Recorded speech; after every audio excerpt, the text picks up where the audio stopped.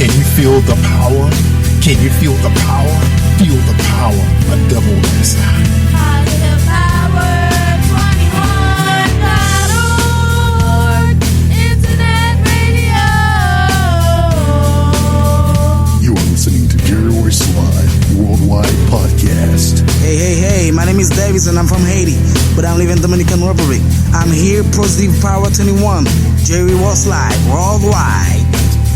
Hey, what's up, family? What's up? What's up, Charm City, Maryland, D.C., the whole DMV. What's up, Virginia? I'm always talking to people from Virginia on the phone. What's going on? Well, we got a very special night for you. We got multi-talented. That's right, multi-talented. She's a photographer, author, and probably do a whole bunch of other things. That's right. Her name is Clair Detrick-Jules. She's here to talk to us. Well, not me, but, well, I'll say to us and to Kelly. So Kelly Holland's going to be our interviewer for the night. You guys are always tuning in so faithfully on Mondays and Thursdays. That's right. Because you got Kimmy Kim on Mondays, and we just love to entertain you guys. We're so happy that you chose this station to be entertainment, but not just for entertainment, for education as well. Because all our guests drop some genuine jewels to you on these shows, on these programs. And don't forget, you can tune in on our digital platforms as well. So just Google ROYCE Live, or just go out to Spotify, iHeart, Google Podcasts, and Apple, and you can find all of them. We do have a few shows on Stitcher too, for those of you that are subscribers to Stitcher. Just check us out right there. You can find Jericho Force there with Jason Davis and then many others. And also don't forget about pray.com. All right. So let's check out Kelly Holland real quick before we bring our guests on. What's up, Kelly Holland? What's going on in Kelly's world? You there, Kelly? Uh-oh, I hit the wrong button. I've been having a bad night. I'm sorry, Kelly. What's up? It's okay, Batman. Hey, Batman. Hey, Baltimore. How is everybody? Long day, Kelly Holland. You know about it. Oh my gosh! You ever feel like they speed the clock up and sometimes they slow it down? No, it's still not over yet. Whoever they may be. No, still not over. I'm right there with you, Batman. A long, agonizing. But I saw a lot of you. I saw a lot of you on Instagram today. Did you? What I did? Good morning. Yeah, you was good morning. Yeah, you was. Did you have 2 or 3 of them? Well, that was just 2 or 3 days I saw. I know, right? I should keep it up. I'm gonna keep it up. Good morning. It's funny. That's right. People need that in the morning. They need some laughter, man. Some goofiness. All right. Thank you for the inspiration, Batman. I shall continue. Yeah. And for those of you that's tuning in, you guys probably saying, "Well, I'm listening to some new programming." Yeah, we got a lot of new programming coming your way, especially on the weekend channel. You guys probably been listening to the Hair Radio Morning Show with Kerry Hines. Just this week, he had a gentleman that was the assistant to Murray Wilson. He the one that found Murray Wilson deceased in her home. He had just left I think the day before to run some errands for her and came back.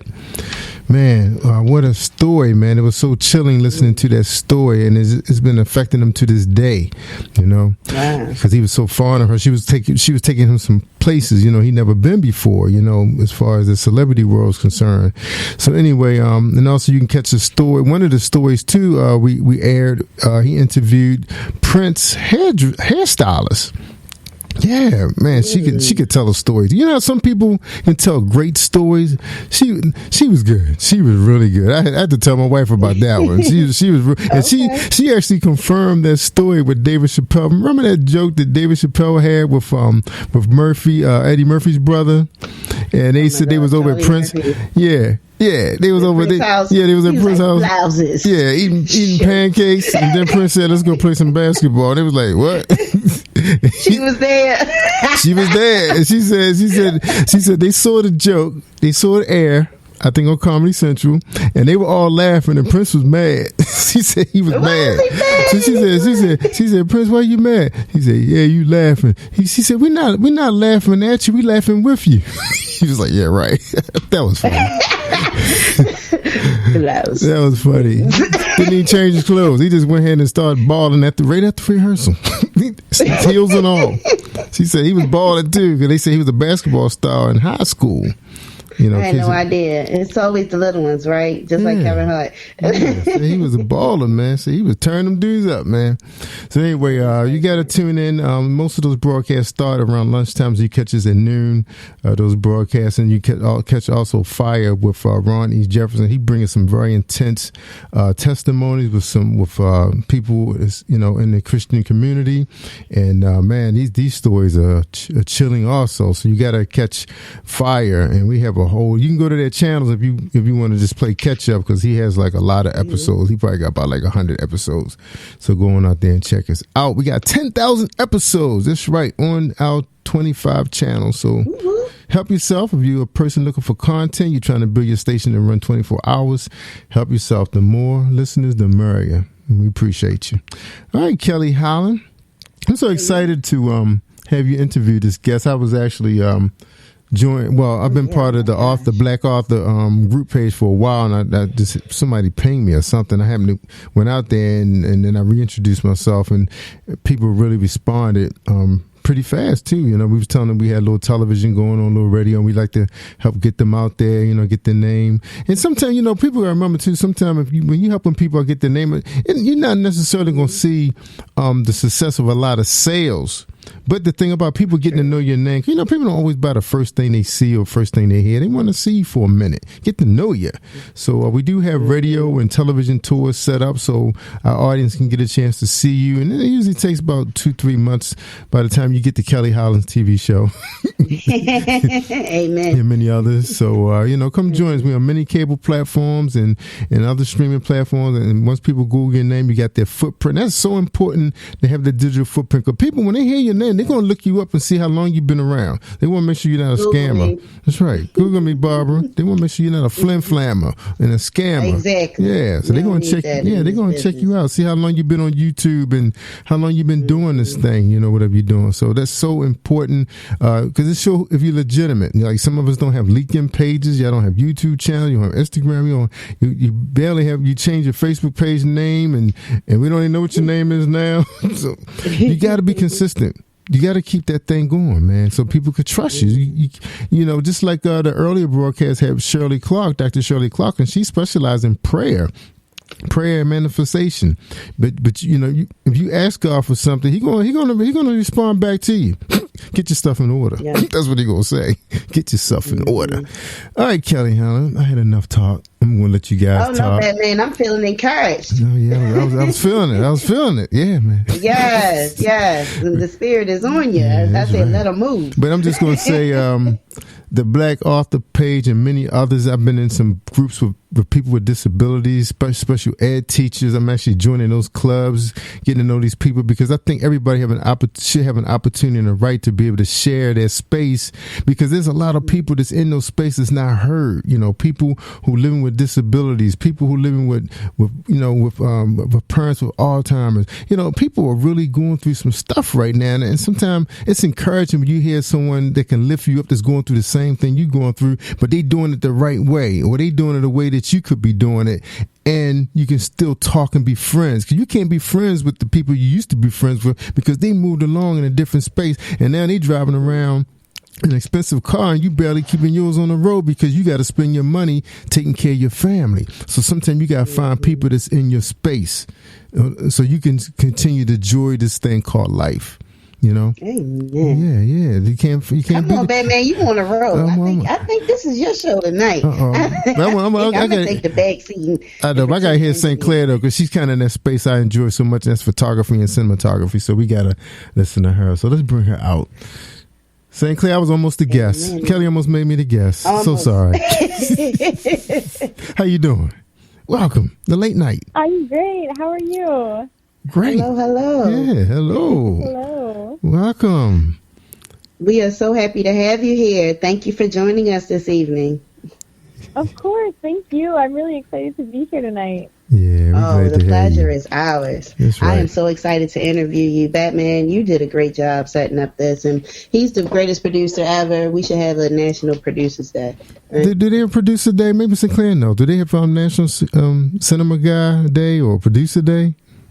Is there? I don't know. But I feel like everyone has a day now. There should be a day for producers. Yeah, we gotta look that up. It could be. There better be. You probably missed it. Like It probably was. It probably was February 1st. Nobody really think about February 1st. All black things in February. Yeah, that's messed they just up. jam it all in 1 month. Yeah, gotta look it up. Compile it up right there. There That's you right. go. Miss Your Day was in February, but no, that couldn't have been February. That's Black History Month. No, you was in that month too. No, you get it. Yeah, you missed it. That's right. 28 days. That's all you get. That's all you get. Keep doing it. I keep doing it. All right. And I'm doing it in a voice because I am.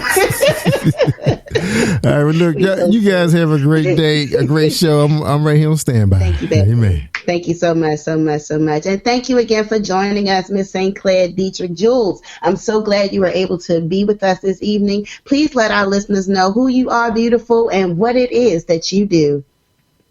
Of course. Well, thank you so much for having me. My name is St. Clair Detrick-Jules. I'm an author, photographer, filmmaker, and most recently I've been really focusing on my photojournalism work. And so the book that I recently published, My Beautiful Black Hair, 101 Natural Hair Stories from the Sisterhood, is a photojournalism project that's focused on uplifting Black women. Amen. I love it. Thank I love you. it. I love it. You're welcome. How do you go about getting your content? I'm just looking at the cover that you have listed on your webpage, and this is a beautiful photo. Is this you, first of all? Am I looking at your beautiful face on your website? The book cover or the front page of the website? The book cover. Oh, My beautiful black hair. It's actually someone else, but it's a photo that I took. I figured one or the other, right? And so at first I made the comment on the photo, then I'm like, I cannot omit that it just might be her. Okay, but no, I'm looking at the shot, and everyone follow me. I'm sure she was going to tell you at the end of the show anyhow, but we're on stclairdetrick-jules.com, and I'm just looking at her beautiful photo that she took, and it's very simple, but it's clean and it tells the story. I get it. And I'm curious, how do you go about finding your content? Yeah, so a lot of the work that I do is portrait based.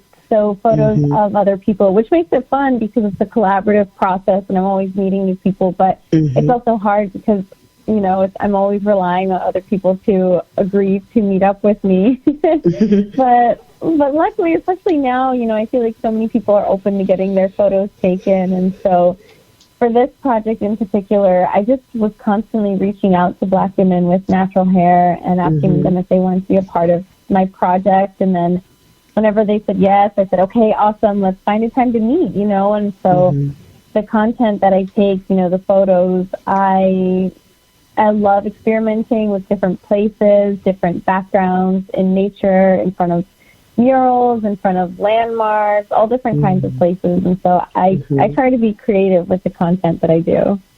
I love it. And she is, oh my gosh, these photos are beautiful. I feel inspired. Like I want one like on her website. That's me being vain. But honestly, the inspiration, right? The inspiration, where does it come from? Like, why do you choose hair as your content? Black hair. Why is that the story that you want to tell? For this project in particular, it started a few years ago with my little sister because I have a younger sister she's 8 years old now, but when she was 4 years old, her classmates started bullying her, and she goes to a majority white school, so she doesn't see other people who look like her every day, right? And so her classmates were bullying her. They told her that her afro was ugly. And when I heard that, I was like, no. Wow. We're going to correct this because, her hair is beautiful and afros are worthy of so much love. And so that was the inspiration behind this project and why I started focusing on hair. It was really, I would say a project, a labor of love for my little sister. That's how it started. That's beautiful. That's very beautiful. And I'm so glad you were able to empower her. You're welcome. And now she can say, there's a whole book about this afro. How about that? With a little sass. Beautiful.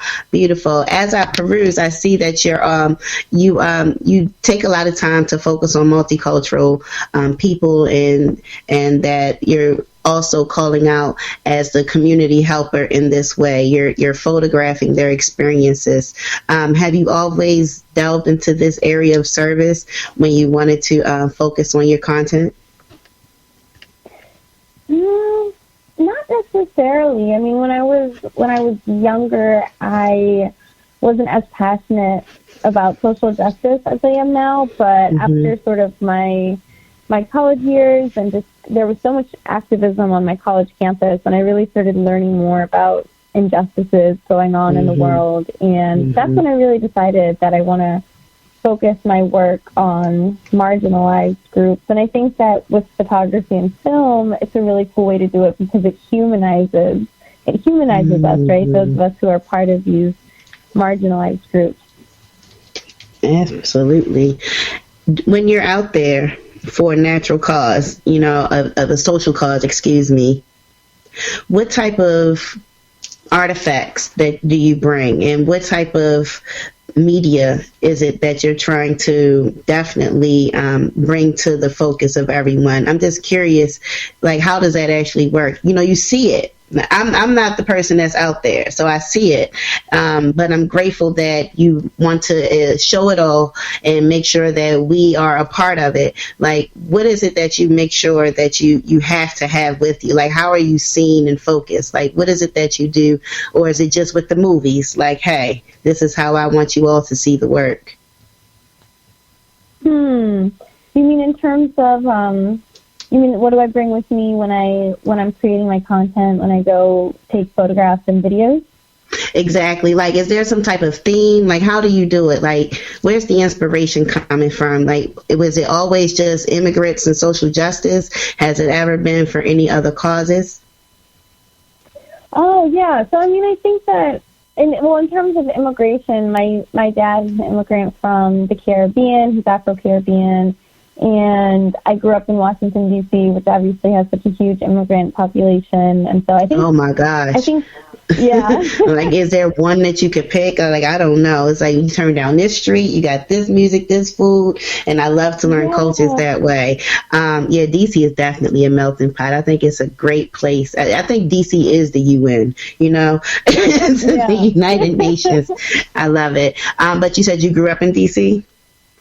Yes, I was born and raised here, and I love it. And so, I was sort of surrounded by these immigration stories growing up, including from my father. And then when I went away to college, I started seeing systemically the ways that immigrants are marginalized, and so that's why I started really getting interested in immigrant rights. And then, but I think that all of us who are part of marginalized groups, whether you're an immigrant or Black or whatever it is, or if you hold multiple of these identities, I think that our liberation is all interconnected. So anytime you fight for justice for one person, it's really fighting for justice for all people who have been oppressed, I definitely agree with you. And that's why I don't know, personally, sometimes I think that the message is just right there, just as you put it, and that's sufficient. And then sometimes you have those other groups that say, well, include me or you're not inclusive. And it's like no one even came across that line. It's like you just want to be heard. And now I'm mad, or now I'm the bad person, air quotes. Now I'm the bad person because I mentioned it. And sometimes I think it's like, mind your business, Karen. Like, just you do what you do. We say nothing because it's okay. Yeah. Right. And so I kind of feel that way. Like, just back up a bit. And so I can definitely agree with you. As a woman, I'm glad that you expose a lens to us in particular. As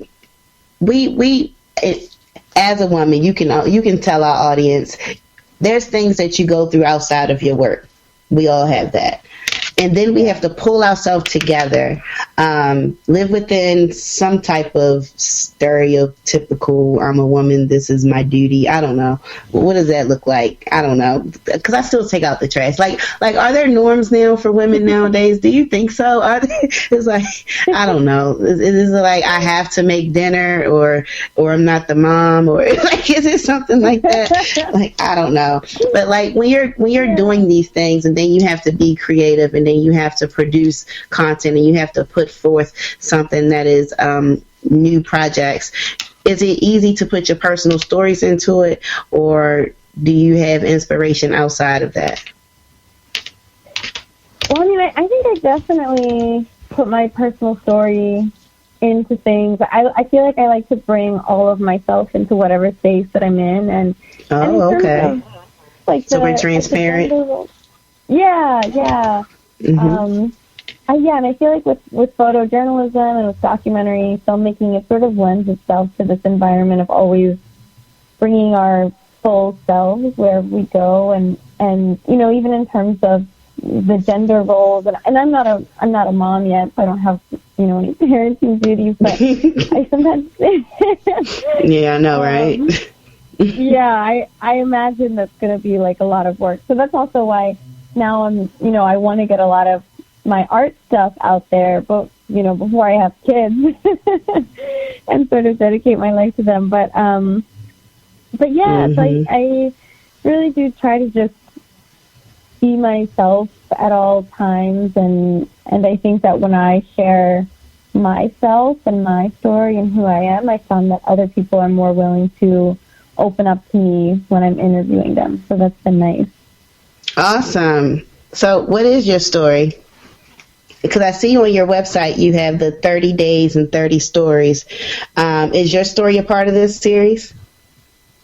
No, that story was only focused on Latinx youth in D.C. Mm-hmm. And so, but I mean, growing up in D.C., some people call the neighborhood that I'm in, some people call it like Little Central America or Little El Salvador, because there's so many Central American and specifically Salvadoran immigrants here. And so I've sort of been hearing these stories, and I think, since I was a child, and I think that's sort of part of why I was so interested when I got into filmmaking. I was so interested in capturing these stories because I wanted to know more about my neighbors. I wanted to know more about my classmates, just the people around me who were my friends, who were always in my community. I wanted to learn more, and I'm interested in this idea of home. In immigration talks, the idea of home comes up a lot, and I think, I don't know if you ever feel this way, but I sometimes mm-hmm. feel like as a Black woman in America, I wonder what it means to feel at home somewhere, so just these sorts of ideas that come up across, different ethnicities and races and backgrounds. I sort of like to connect to people in that way. Oh, okay. What, there's a story here and it says, I will not call you Poppy. What was that about? With Madeline? Yeah, so mm-hmm. Yeah, Madeline. So she's a Latina woman, and she wrote a poem that was basically talking about the ways in which a lot of Latina women, or from her perspective, the ways in which a lot of Latina women are, kind of like you were saying earlier, forced to take on these certain duties and these certain mm-hmm. gender roles. And so mm-hmm. for her, she's sort of pushing against that with this poem and sort of wanting to move towards a world where, both genders are equal in her culture. And I like that you want to bring light to such a sensitive topic, because you're right. Especially within certain cultures, there's a lot more emphasis placed within those gender roles. And we kind of just assume them as we grow up sometimes. So thank you for exposing that. What other type of projects are you working on right now that you can speak of? Yeah, so I mean, I feel like so much of my life has been my my book about black hair. I've been working on it for so long, and it just got published in September. So I feel like I'm still sort of, I don't want to say you're out there. It's a fun process, but it wasn't like authoring a book can be a great time with a smile on my face, gritting my teeth. It's crazy. it's a lot of pressure too, to be honest with you. Just to make sure it's good enough. That's how I felt when I authored my first book. But how did you feel when you put your project together? Yeah, I agree. I think I definitely felt pressure at times, and I sometimes stress myself out by giving myself these arbitrary deadlines. But I think because if I was doing a book all by myself, I might have felt more stressed, but because this was such a collaborative process, because so much of the book is interviews and photos of other people that I just sort of put together. So I feel like that kind of helped. I feel like in that way, it wasn't a lonely experience, if that makes sense. It does. Yeah. Lucky you. Lucky you. Where did you travel to get these photos? I went mostly up and down the East Coast, and then I also went out to California. Beautiful, beautiful. Thank you. You're welcome. I was just curious, how did you get your training in photography and cinema? Yeah, so in terms of photography, I mean, my godfather is a professional photographer, and so my first experience with a camera was just sort of as a really little kid. He would let me use his fancy cameras and take pictures of people around the city and take pictures of, city sites around DC. But then I would say in middle school and high school, I didn't do much in terms of the arts, and it wasn't until I got to college that I really thought, oh, you know what, I think I am actually a creative person, and I do want to work in digital media. And so I actually took a filmmaking class in college, and that was really fun, and I got to make sort of my first documentary in that class, and then did a few more film things, and then I didn't really mean to come back to photography, but when it was calling you, huh? Yeah, it just sort of happened naturally. What type of camera do you use?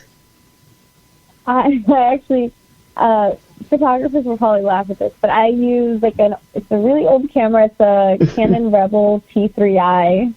Is it like vintage? I have no idea. Why would they laugh at you? It's like 10 years old. It's like the camera itself is just pretty old, and I should invest in a new one soon, but I don't know. It works. I like it. It works, yeah. That's cute. Wait, before you got a grasp, the photography bug came in and bit you, who else kind of inspired you or pushed you into that field? I think it was really anybody, or you just was drawn to it? That's beautiful. I think I was just drawn to it. Awesome. I mean, I was inspired by other people who were doing the work, but it wasn't until I decided that I wanted to do it that I started looking at other people's work. So I guess like a domino effect in that way. Like creators, you guys are amazing. I wish I could be creative. And it's like you're an author. But it's different. It's different. It's like go, do, be. I can say that. But it's like, here's some stuff, make something. I'm like, huh? Wheel. I can do the wheel. Nothing new, nothing creative. But do you see yourself teaching or working in some type of feature films? I would love to work on a feature film. I think that would be amazing, and I would love to. I don't know. I think it would be really cool to be an assistant, and just sort of be there silently learning all the ropes from a professional who has a lot of experience. I think that would be cool. So if anyone wants to hire me for their feature. All right. Hire her. She's available for bookings. We have to go through the right places. Okay, there you go. But honestly, you know, are you looking for? Are you embracing social media right now during COVID? Because, you know, even though you were able to get your book together, it's still a funky time to, you know, try to have the interviews and to be with other people. Are you able to still pull your projects together in that format, or are you utilizing more social media outlets?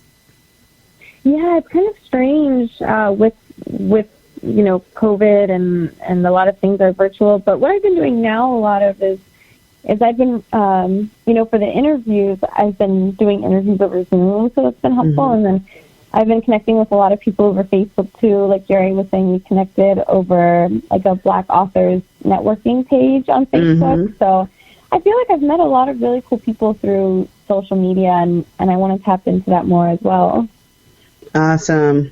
Do you find it difficult for marketing your projects once you've created this beautiful piece of work and now you have to let everyone else know that it exists? That part of the business, you know, you got to be both manager and, you know, creator. Yeah, I guess that's been difficult. That has been difficult. My publisher is, you know, helpful with publicity, but even when you have a publisher, you as the author, you know, still have to be the sort of main captain of your ship, guiding all of the publicity efforts. And so, especially because this was my first book, for example, it was challenging for me to navigate the whole marketing and publicity process and figure out the steps. And I like social media, but I've never done much social media marketing, so that's new to me. Mm-hmm. And then sort of reaching out to journalists and getting media hits. A lot of that is new, and there's a learning curve. But now I feel more confident, you know, going into future projects, having this background now. Awesome. You know, listening to you, you just remind me of Batman so much. And he can go on and on and on and on. Sometimes I don't know what he's saying because I don't speak his language, but I'm grateful to have him because I will learn. And so, Batman, please join me in this conversation. Listeners, if you're just tuning in, we have the beautiful St. Clair Detrick-Jules here with us. She is the photographer and author of My Beautiful Black Hair. And Batman. Hey. I'm sure this is your best friend. I'm sure you have so many questions. Did you hear her camera? Yeah, I heard her talking about the camera, and it's funny because we purchased my youngest son. You know, he's in college for communications, and you know, in St. Clair, you know, being in school, when they throw you in that communication program, it's like everything, you know, everything but the kitchen sink, and it's like being in a candy store because you know, when you're a creative, it's like whatever you get your hands on, you know, you're gonna respond to it, right? Right or wrong? Yeah. So what was your major in college? I think I missed that part. So my major was actually unrelated. It was French and Francophone studies. So Francophone is anything having to do with the French-speaking world. So, yeah, that's what I did, which is kind of pretty unconnected to filmmaking and photography. But I liked a lot of the classes, so that was nice. Right. So you self-taught in photography? I am, for the most part. Yeah, I mean, my godfather has helped me with the photography. You know, he's sort of given me a few lessons, but for the most part, I guess I would say I learn on the job. Yeah. So that kind of remind me of my journey in it, because I remember when cameras first came out, you know, especially when Canon came out with the digital cameras, it was incredible because you didn't have to worry about film. And I actually started out with film, you know, when that was really popular. I'm not even going to say what year it was, but I used to shoot my son's mother and my bike. I was really into bike riding, and my bike was like a work of art. And I used to love finding the angles and, you know, the landscaping with it, you know, and she was like my model. And then when I got to college, you know, when they showed when the computers were there, and then you had the studios and everything, and it was like, pick one. I said, I'm going to be here a while. So I was, my first 2 years turned into 3 years, just taking everything. And then just understanding how people think, because you have to take some psychology courses so you can understand how, what you're dealing with when you deal with your subjects, because that's so important. But then later on, I ended up in front of the camera as well, because I ended up hosting a TV show that was a pilot in DC. And then my brother was a model, and sometimes I had to be part of that because they never always had enough male models. So my journey was kind of, in front and behind the camera. So then when it all went digital, it really became really super incredible, especially when Amazon came along and they made the setup equipment cheaper. Because, you ever look at those prices on some of those photography websites? It's crazy. Yeah. Big investment. Right. It's a serious investment. And I remember my oldest son, he attended Morgan State University for communications. And when they were switching over to get more, I guess, LED equipment, lighting and stuff, they gave him all their old stage lighting, which that stuff was hot. Those lights are hot, man. You can light up an auditorium. But then, so we had a chance to have a lighting kit for free. So we had to understand how the old way of lighting worked, because then you have to use whiteboards and all that stuff to bounce lights around. Now you don't have to do all that stuff. You working you can tell if the equipment if you want day or night lighting. So that had to be the challenging part for you. Now, did you ever get a chance to work with some of the newer digital cameras that's out there now? Because now it's like you got to take tutorials on this stuff. People just can't tell you how to operate it. So what's your journey been like with the cameras? I know, that's something that I actually want to explore more, because like I was saying earlier, I still have a really old camera that I use for photos, and I got recently a Panasonic, well, a couple years ago, I got a Panasonic, which I like a lot for videos, but I don't know, I think, to be honest, sometimes I get overwhelmed by all of, like you were saying, the bells and whistles, and it feels like there's just so many different options, and I'm just an indecisive person in general, and so I get overwhelmed by all the different things you can do with new cameras. But I do want to, at some point, I do really want to invest time and money in exploring, because I know they've made so many really cool advancements in technology. Yeah, it's come a long way. I think, like, you ever get a chance to listen to some of those interviews that Spike Lee had when he was talking about his journey when he was trying to put Do the Right Thing together, and I think even Malcolm X, he was buying film from the studios that they didn't use. It was just chopped up, and he just got it all and put it in the truck. And I think back then, when they were shooting with film, that was the reason why not everybody could produce a film back in those days, because there was the film itself that was expensive. The rest of the equipment really wasn't too bad. I think you probably still had to. You could rent the cameras because they were worth like $100,000 back when he was shooting, and then they came down to $10,000 with the Red Dragons, and then everything went digital. I think the Red Dragon that used to be $100,000 is now $10,000, but you can still find cameras around $2,000 that shoot the same type of quality, without having to worry about film. You're just dealing with the little digital disc. So it's come a long way. So now St. Clair is more like, as a creator, you can spend more time working on the content itself and not the equipment, because that was always the biggest obstacle for filmmakers, was like just getting the right equipment to do a basic job. So now it's wide open for us now, and that's why you see so many people putting together some really, really great videos.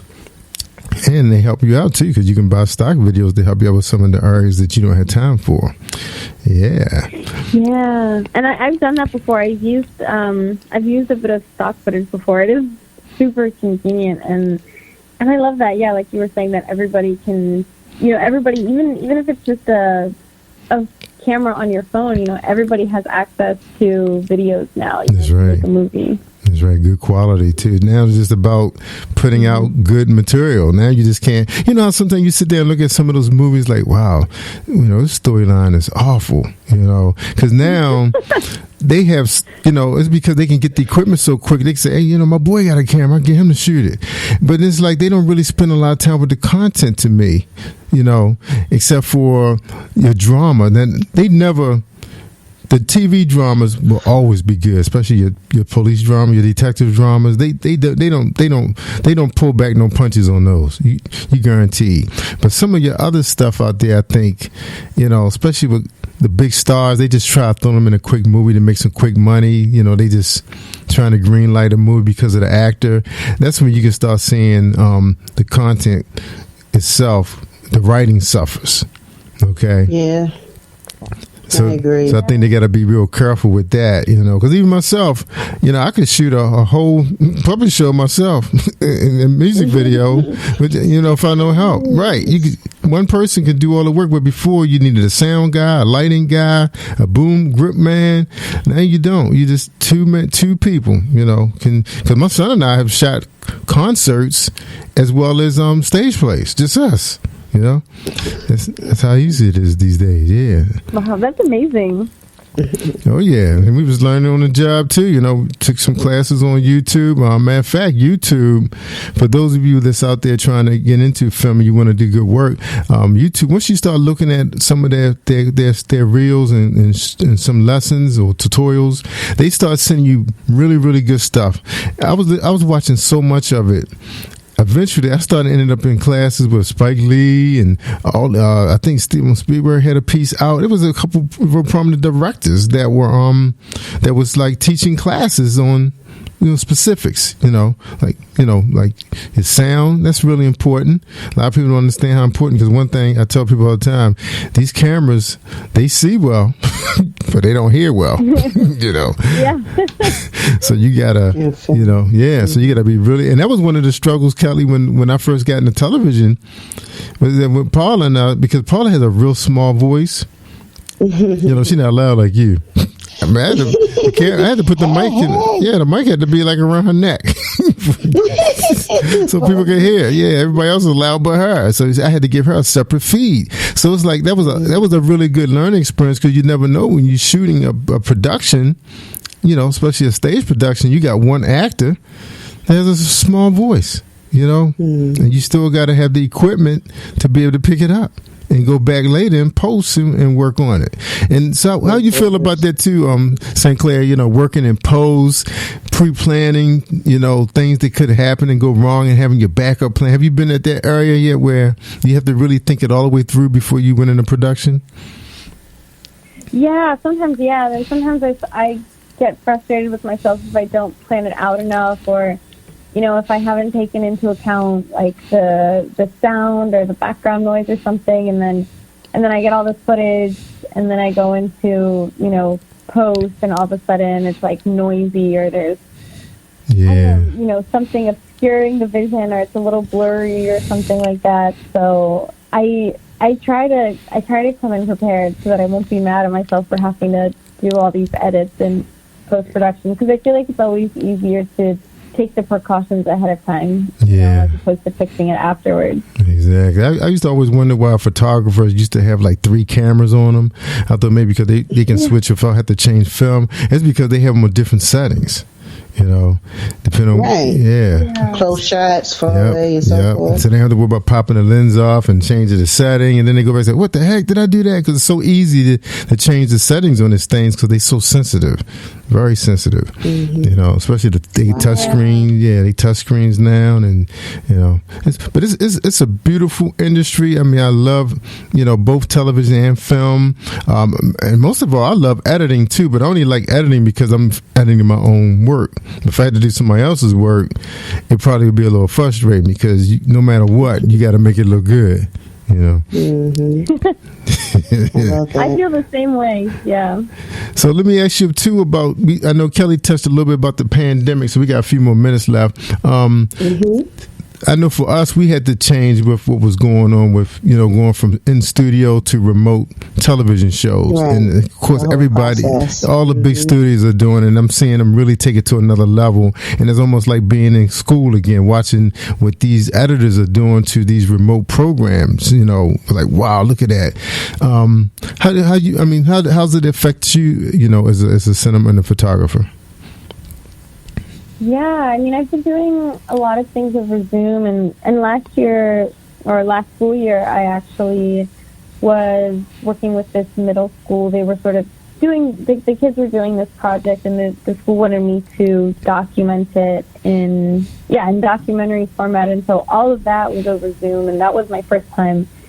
That was my first time doing that because I didn't shoot any of the footage with my camera. I just recorded everything over Zoom, and so that was kind of difficult because then you have, every student has a different, setup, has a different mic, different sound level, all of that, and so that sounds really difficult, right?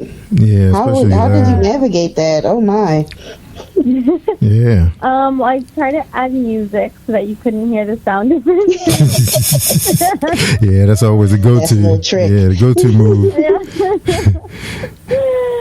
And try to ask them thoughtful questions so that the content was good, at least, even if the quality itself wasn't top notch. Awesome. Yeah, that's right. I love it. Tricks, yeah. You gotta use them cinema tricks. I feel you. Tricks of the game. Yeah. And that is a challenge too. But the funny thing, I didn't realize that Zoom is only a few years old. I think the company just was existing since 2018.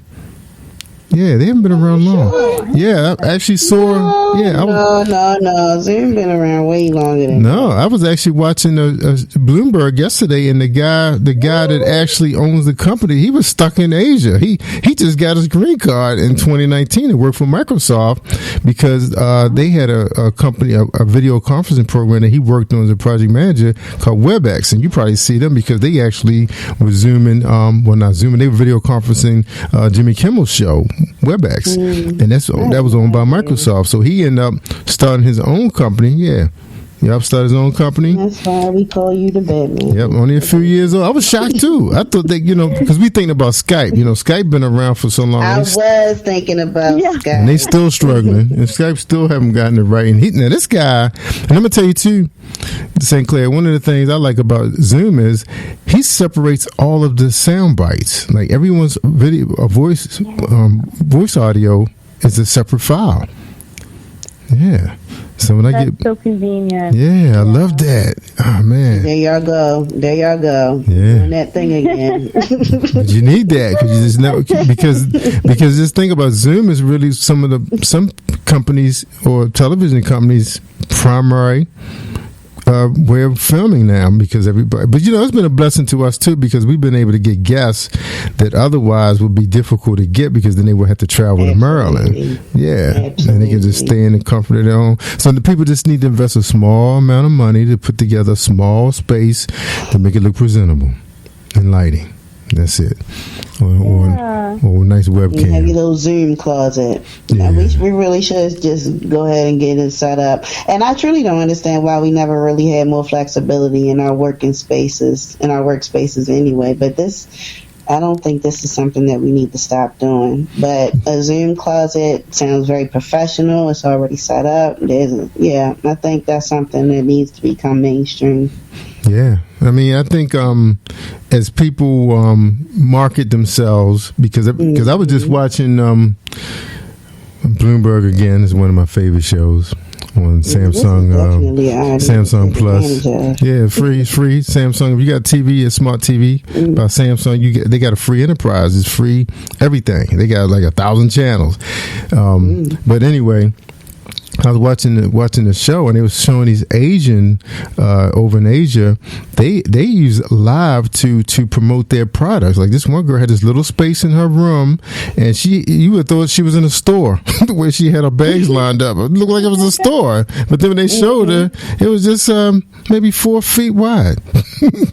Wow. Yeah, she knew how to position her camera, and she was selling, designer bags, and she was getting those lights was coming in there, and she was moving product. Yeah, had a little friend. Replica. Yep, her friend on the other side was communicating and dropping the links so people can buy, and it's a real popular thing over there. Is doing live broadcasts for.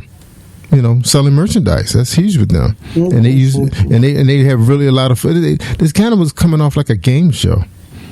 You know what? And I would be so skeptical about that, but maybe I'm old. Well, just think about this: if you start watching it for a while and you start to get to know the host, you get more. And remember, that was one of the things that we talked about was is your digital footprint that people got to see you, like your birth, the origin, and how you progress. It's like, I think the main reason why Positive Power get a lot of business from, referrals and unknowns, because we have a very powerful digital footprint on all the social media. People can go as far back as 8 years to see when we first started. Yeah.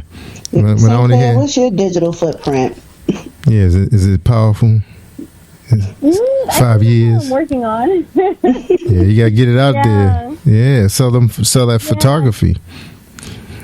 And just think. I've been trying to. I just got into because I've been on Facebook and Instagram, but now I'm trying to go on Twitter more. And also, people are now saying I guess they've been saying it for a while, but that you should share everything on LinkedIn also. So I've been trying to up my game on LinkedIn too. Mm-hmm. Yeah, LinkedIn good. Platform. Yeah, LinkedIn look a lot like Facebook now. Did you see that, Kelly? Yeah, it looks just like it. It's not as professional anymore. Right, it's not as I'm looking for a job thing in the platform. It's kind of awesome. It went more like entrepreneur. There you go. Yeah. No, I call it creative stepping out. But they worked really hard on that, because they've been working on that since 2015. What they wanted to be, LinkedIn. Yeah. Not just a professional job search platform, but more. It was kind of limited, right? Yeah, it's more networking now. It's like, let's connect and let's do some business. Let me see what you got. You show me your toys and I'll show you my toys. That's how it looks now. Yeah. Everybody can play. That's right. Let's play ball. Mm-hmm. Yeah. Well, it looked like that wrapped up our time. But St. Clair, thank you so much for being on the program. Tell people again where they can reach out to you, look at your beautiful artwork, or your movies that's coming up, or all your projects. And how they can buy your book. Mm-hmm. That's right. How to get that book. Well, thank you so much for having me. Yeah. So people can go to mybeautifulblackhair.com. So just all one word. www.mybeautifulblackhair.com, and from there there's all the links to buy my book. And then also for this month, for Black History Month, my book is available at Target across the United States. Oh, wow. You can also check it out there. And then you can also follow me on Instagram at mybeautifulblackhair, or my full name, which is at St. Clair Detrick-Jules, so STCLAIR DETRICKJULES. It's a very long name, so if you can't remember, you can just go to My Beautiful Black Hair. It's easier. That's right. My beautiful black hair. And you should be able to combine both that black hair and your cinema together, because that's one of the biggest things going on YouTube, is people showing how to take care of their natural hair. I watch those channels all the time. Yeah, you're right. Yeah, I got what you call COVID locks. Hair based on them? Yeah, I love those shows. My daughter does. Yeah, right. My daughter loves it too. Yeah, they use it. Yeah, rice water. Yep. There's always somebody trying to show you how to grow your hair faster, make it softer, and longer. They got hair chemists on there that actually tell you what minerals and essential oils to use to get that fast, strong growth. Yeah, it's really popular. Yeah, you gotta make you gotta make a channel just for your book. Yeah, she's working on it. Yeah. She's not working on it yet. Yeah, she will work on it. Yeah, you gotta get that up there. Yeah, you letting money you go out the window. Yeah, Batman don't leave nothing on the table. That's right, I leave nothing on the table. I got mouths to feed. There we go. And education to pay for. That's right. That's right. There we go. All right. Thank you for joining us again. It was a pleasure to have you. Listeners, please go out and support her book. And also, please join us every Thursday evening from 10 to 11. You have just enjoyed a night with Batman, Jules St. Clair, and Kelly Holland. Don't forget to tap back into your unspeakable joy and have a great evening, everybody.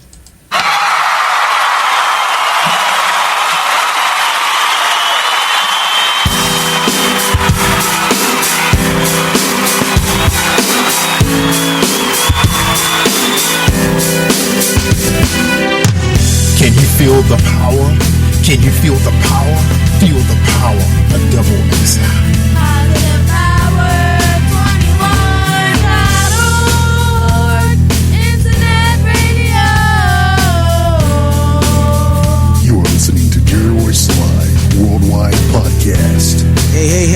name is Davis and I'm from Haiti, but I live in Dominican Republic. I'm here, Positive Power 21. Jerry was live worldwide. All right, everybody, thank you so much for joining us. Don't forget to check us out on our webpage. Webpage. Check out SkeetJones.tv and Skeet Jones merch. That's right, .com. Skeet got merch. You guys got small kids looking for laughs? That's right. Check out Skeet Jones. Come on Brick TV. That's right. You can check our schedules out on my page. Go out to Jerry Voice Live. You find everything. Tell my dad that every time he was like, "Where can I go to your website?" Nope, just go out to my Facebook page, y'all. Everything is there. You find about all our podcasts, all of our television program, all the cable shows, everything. Right there on Jerry Voice Live. And we thank everybody for tuning in and catching us every Thursday from 10 to 11, like Kelly said. And don't forget about Kimmy Kim, 10 to 11 on Mondays, and the rest of the crew. All right, everybody, don't forget, y'all, every day starting in the new, you can catch the Hair Morning Show and Fire Gospel Show. And look for Let's Talk to the Lord with John E. Ross coming real soon, too. All right? Take care, everybody. Thanks for tuning in.